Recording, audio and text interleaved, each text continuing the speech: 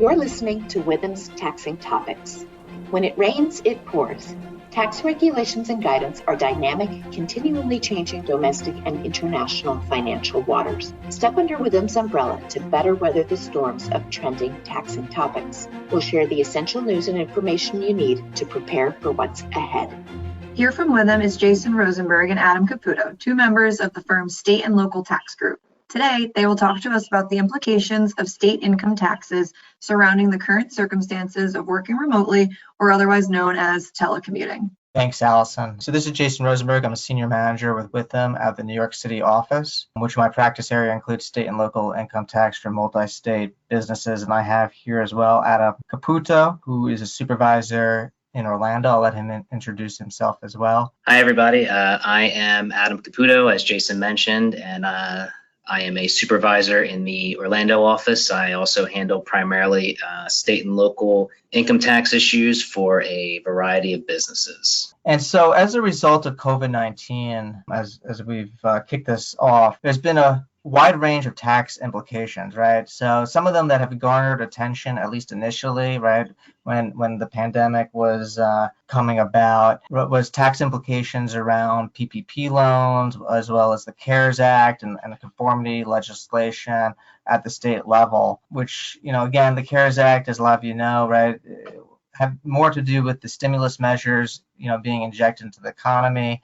And now we're going to turn our attention to a lot of the consequences as a result of the actual results of the pandemic, which includes telecommuting employees. And as Adam and I discussed in a recent article that was published by Bloomberg, COVID-19 overnight, right, disrupted the global economy, completely transforming workforce logistics.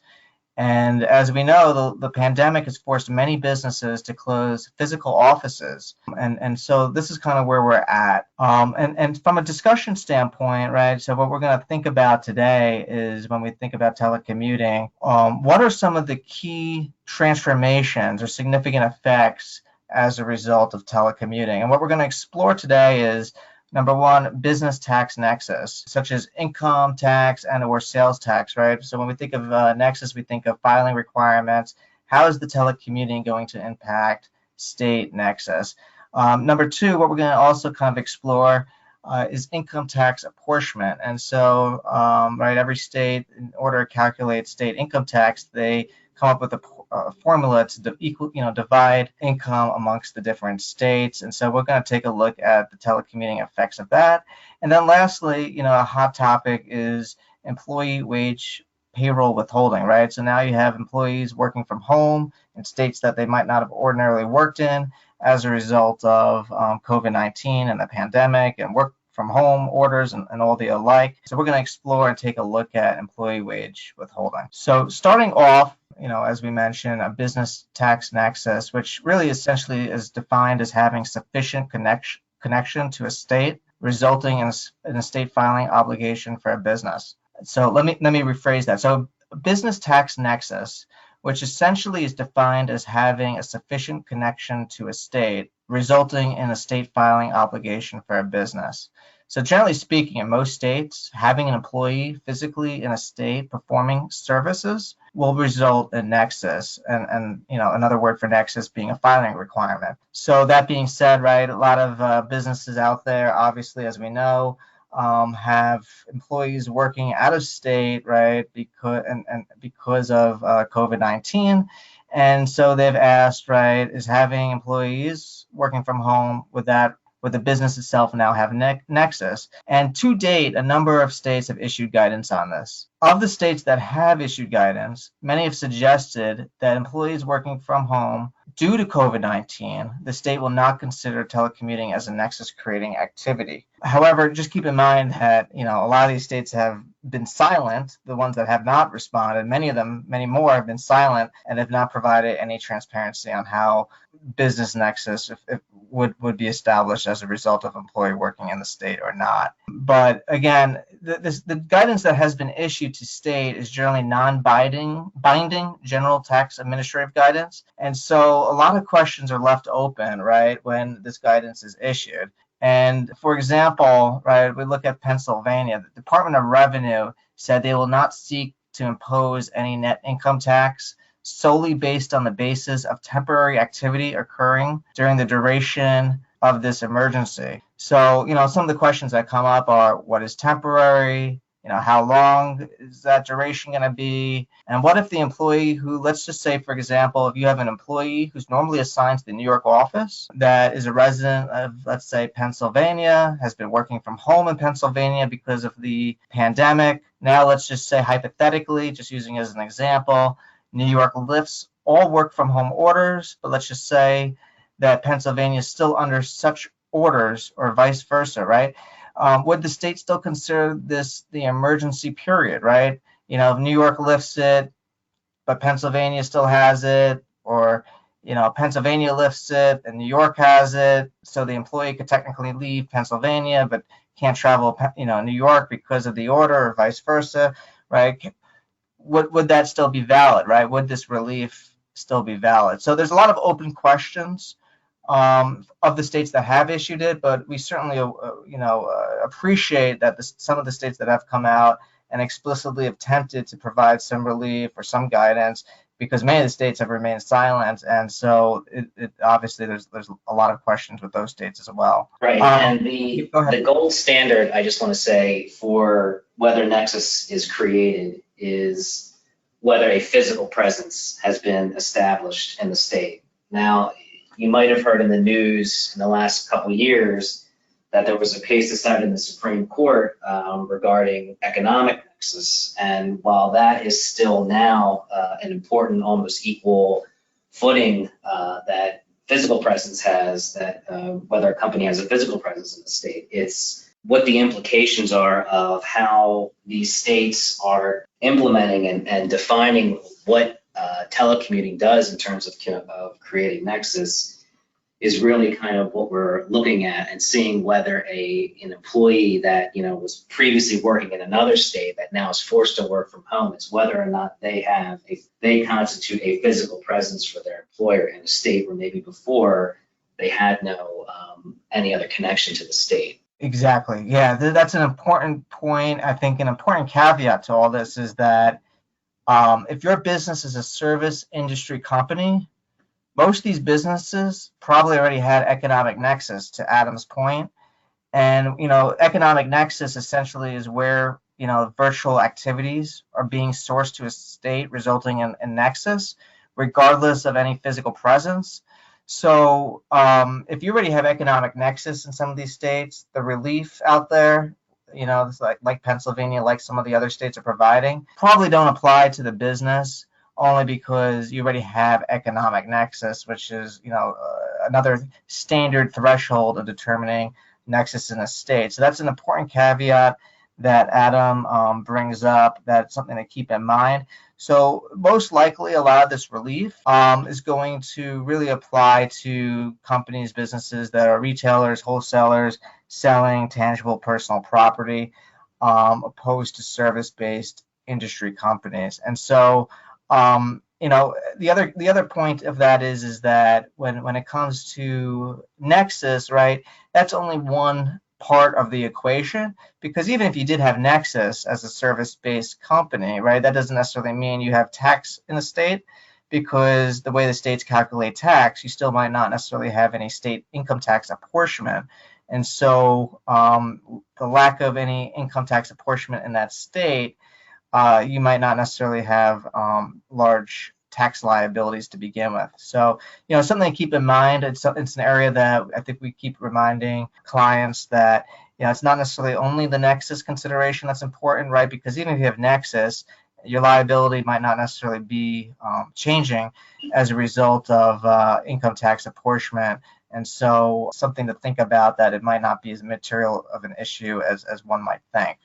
So moving along here, as I mentioned, income tax apportionment, right, because that's another area that could have large implications as a result of telecommuting employees.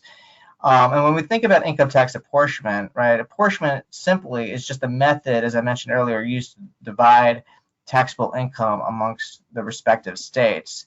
States are not uniform in their apportionment rules, where some states use single sales factor apportionment, such as just looking at the sales within to everywhere right, to determine state taxable income. Other states may use a three-factor formula, such as using sales, payroll, and property, in order to derive a formula to compute taxable income, right? So given that all the states, there's certainly not conformity, and that they're drastically, in some respects, they can be drastically different outcomes based on some differences in rules. When we think about telecommuting employees, right, one of the things that comes to mind is the payroll factor. For states that use the payroll factor, now that you have employees working in a state, are you going to include that within the payroll factor, those additional wages, or not? Normally, right, if you have an employee working in a state performing services, even if they're working at home, many states would suggest, right, you would include that in the payroll factor. There have been a couple of states that have provided some relief, saying that it will not increase an employer's payroll based on temporary presence of employees telecommuting from the state.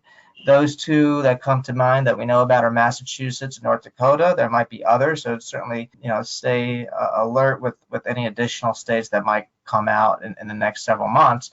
But those states are suggesting, right, that, again, no, just because you have employees working from home in those states, right, the payroll factor is not going to be negatively affected as a result. And then secondly, the other area that comes to mind when we think about income tax apportionment, which probably has more of an effect on service-based companies, where that nexus, we were thinking more about companies that were retailers and wholesalers with income tax apportionment, states that apply sales sourcing. So when we think about the three-factor formula, right, there's sales and determine the sales factor, you have to source sales to a particular state, right? States either use what we call cost of performance sourcing or market-based sourcing. Cost of performance sourcing generally looks at where the costs, such as payroll costs, are incurred to determine where you source those applicable sales. And so we must continue to monitor states with cost performance sourcing to see how the sales factor might be favorably or unfavorably affected. So an example of this would be New York City UBT. New York City UBT is imposed on partnerships, okay, that are doing business within New York City at the entity level. Traditionally, in New York City, sales sourcing is done based on cost of performance, where the services are performed, opposed to market-based sourcing, such as where your customers are located. Under cost of performance sourcing in New York City, based on recent statutes, one could possibly assert that sourcing could, let's just say hypothetically, if you're a New York City-based company, now you have employees performing services outside of New York City, one could possibly assert that those sales are now being sourced outside of New York City, resulting in possible New York City UBT tax savings. Yeah, and Jason, I also just want to point out too that there are two types of cost of performance rules that states typically employ. One is kind of an all or nothing threshold, where you may have an employee that is now you've determined is working in a state, home-based. They are performing services. Services could be sourced to that state, but if the rules are that it's a all or nothing, or it's over a 50% standard, there still might not be any services or receipts actually sourced to that state or jurisdiction. And likewise, there are some states that have a proportional standard, which means that you would assign the receipts based on the proportion of services performed in that state. So even after you determine if that a state has the cost of performance sourcing rule, you still have to dig a little bit deeper and see what that rule specifically is to determine if you really should be sourcing any receipts to that state. Exactly. No, that's a good point. That, yeah, cost of performance doesn't necessarily look the same in states that apply it. So you have a business, New York-based business, for example, as I mentioned, for New York City UBT, you might have a position for employees services now being done, let's say, in neighboring states like New Jersey or Connecticut, to source some of the revenue now outside of New York City, where you previously been paying tax. But for New York State, right, their cost of performance method, as Adam indicated, could be a little bit different. In New York State, looks generally to where the office of the employee is assigned to. And so there might be less of an argument to source some of those sales for New York State purposes outside the city. So yeah, something to think about is that there certainly could be positions as a result of telecommuting.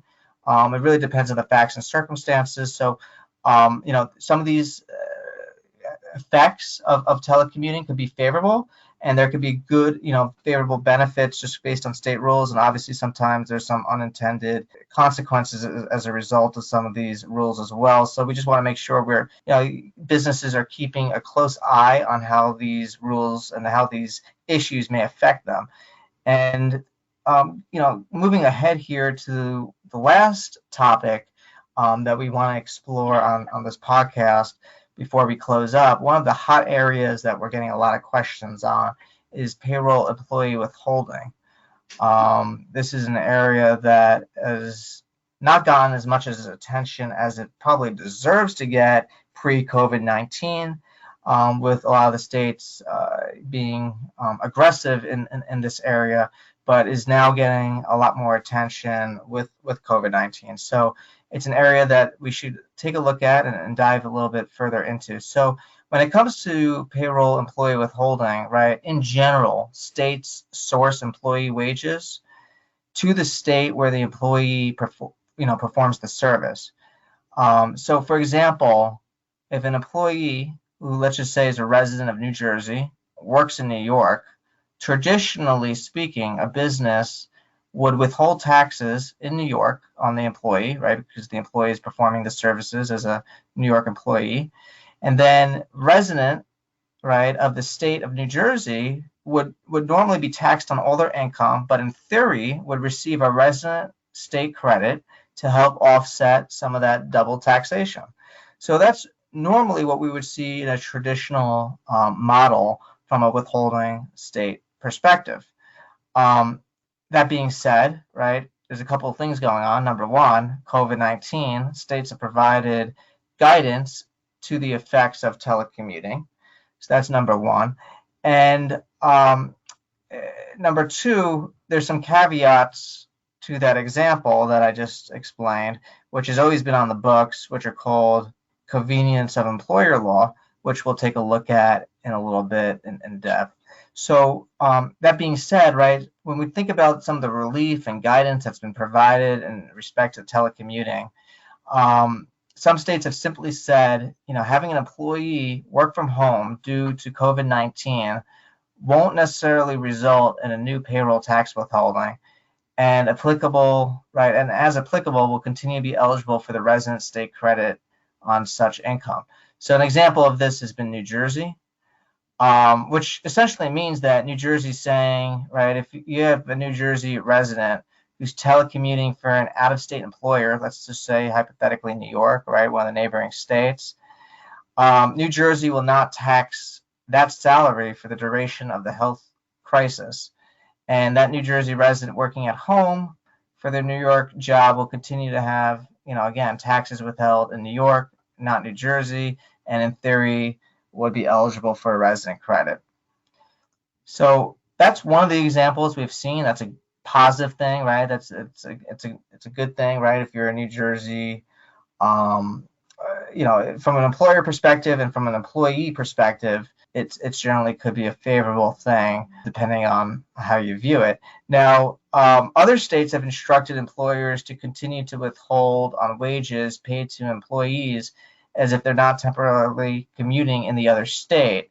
So we have states out there that are suggesting, right, to continue to withhold on a state employee, regardless if now they're working from the resident state or not, and they're going to view such wages as earned within the state as if they had earned in the other state. And so we have the situation, and maybe Adam, if you want to explain, but we have the situation where that you could have double withholding and double allocation of income. Yeah, for the states that have not really released any type of explicit guidance, and they happen to be neighboring a state that has issued guidance, like I was possibly thinking of somebody that's working in New Jersey, lives in Connecticut.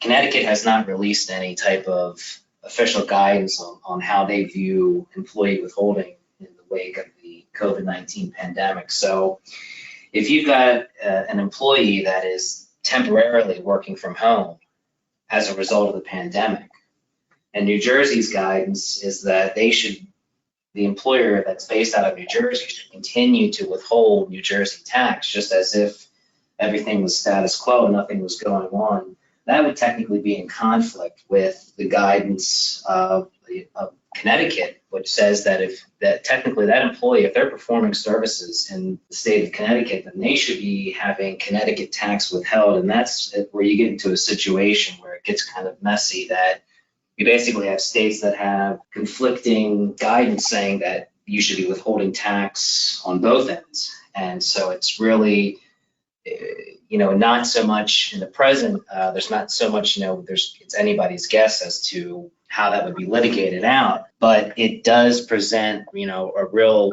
type of conundrum for employers that are in this situation, especially if this pandemic draws out longer and longer and it goes from maybe just 1 or 2 months to half a year or even beyond a year, where you've got conflicting viewpoints from the states that maybe you should be withholding in one jurisdiction and not the other. Yeah, absolutely. Yeah, exactly. So yeah, the one thing to think about, as Adam mentioned, right, where you have conflicting guidance or conflicting rules in states, where that, the state that you might have ordinarily worked in, have an employee ordinarily worked in, continues to suggest that withholding is still required in that state. And then the home state, the resident state, suggesting that, as you would traditionally expect, those services being performed at home, withholding and income tax, right, is required. You have the potential issue where that two states are trying to impose withholding and tax on within those two states. So there's a lot of facts and circumstances, again, that needs to be looked at, right? Is there a resident credit available? Would there be?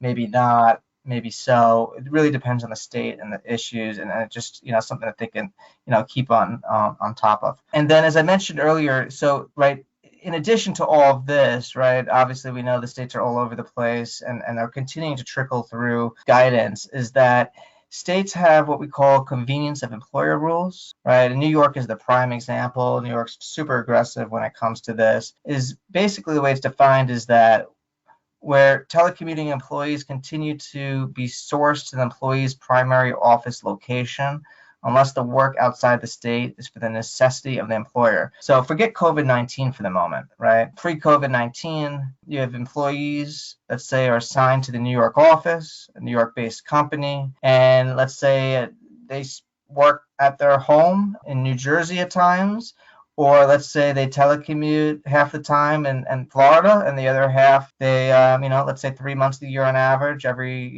1 week out of 4, they come up to New York, and every 3 or so weeks they're down in Florida, right? New York would say, well, wait a minute, it's not just the weeks that you're working up in New York you have to withhold on. It might be all the weeks, because unless you're working in Florida or Jersey or elsewhere out of the employee, for the employee's necessity opposed to convenience, those wages when earned in Florida are still New York sourced wages, according to New York. And so we see this come up quite a bit because we have, clients and with employees or clients that move down to Florida, right, thinking that, I want to pay tax on my wages when I'm up in New York and not necessarily all the wages. This basically reverts that and says, wait a minute, no, that's not the case. And so there's exceptions to this, and which are used to determine what's convenience and what's necessity, right? And so what the state will do is they'll take a look at what days are quote unquote normal work days, right? And also take a look at the telecommuter's home office, right? And determine, is that a bona fide employer office? And basically, in order to make that determination, they look at primary factors and secondary factors and so-called other factors. And if you meet a combination of these factors, then this convenience law does not apply. But the problem is oftentimes we go through the checklist and, you might get 3 of the 4 factors or 6 of the 7 factors, depending on what we're looking at, but not necessarily all the factors that we need to be exempted from this convenience law, resulting in an employee being subject to the convenience of employer rule. That being said, this is a pre-COVID issue, but the reason, this is a post-COVID, this is a COVID-19 issue as well, because now you have more of this happening where you have employees of New York-based companies. And it's not just New York. There's about 5 states that have convenience laws. It's just that New York is the most prominent of the 5 that have it. And it's a good example in that now you have people that were working in New York, and now you have a surge of telecommuters. And so this is just going to continue to be highlighted with New York. Now, you would think, right, technically speaking, you would think, well, New York has work from home orders. You can't get into New York if you're not from New York, especially the last few months. You wouldn't want to go to New York. I'm certainly not working in New York. I'm certainly not working out of New York because of convenience is a necessity. That might be a possible assertion without a doubt. However, it's still unclear if New York is going to agree. Based on that, they have not opined. And considering that the budget shortfalls that New York are facing and other states in the Northeast that have these convenience laws, we expect that there might be a broad and an aggressive view when it comes to this. So it's something to keep an eye on until the states come out with guidance, if they ever do, which ultimately might be just they try and enforce it and somebody tries to litigate it. This is an area that has yet to be opined on, but an area that should certainly be monitored. Yeah, I agree. And like I said, like Jason mentioned, it's important to understand the caveat that most of these states now have mandatory work from home orders, and or the employers are voluntarily shutting down their offices. So it really kind of throws a wrench into the analysis of whether or not a convenience of the employer test can be applicable, and for how long once the offices eventually do open back up, if they do at all. Yeah. So, just kind of takeaways that we covered 3 areas. There's obviously a lot of other potential implications, but these are the 3 core areas. On a state and local tax level, when we think about nexus, we think about filing requirements, and as we mentioned, right, it's probably going to be more the wholesalers, more the retailers that are going to be affected. We think about income tax apportionment and the effects of that with service-based companies, right, sourcing and payroll factor implications. Some states have provided guidance, many have remained silent. And then lastly, when we think about income tax allocation with payroll withholding, right, we think about the effects of working from home.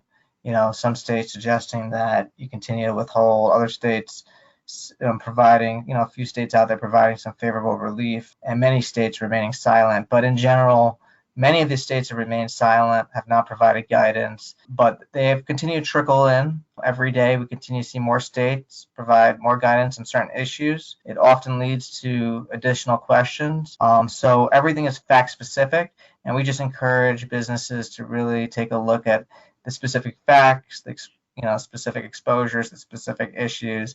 One answer might not, for one company might not be the right answer for another company or another business. And then, again, just considering that the states are in a budget shortfall, especially in the Northeast and, California, we do expect that some states are going to take more of an aggressive and broad-based view on some of these issues. So, that's also something that needs to be kept in mind when making decisions is, not only what the state rules are, but also, what states, where these issues are originating from and what those issues are. So that concludes our podcast for today. Obviously, again, feel free to refer back to some of the articles that we published on some of these issues that talk about them further in depth. And, feel free to reach out to us with any questions, because everything is fact specific, and it's important to take a look at this based on actual states, actual facts, to help make the right decision and how to monitor and manage some of these exposure issues on a going forward basis. Thanks for listening, and stay tuned for more updates and changes from Witham regarding state and local taxes. You've been listening to Witham's Taxing Topics. Contact us with your feedback or suggestions for future podcast topics. Visit www.witham.com for additional information. Send an email to info@witham.com or follow us on Facebook, Instagram, or Twitter @WithamCPA. Thank you for listening.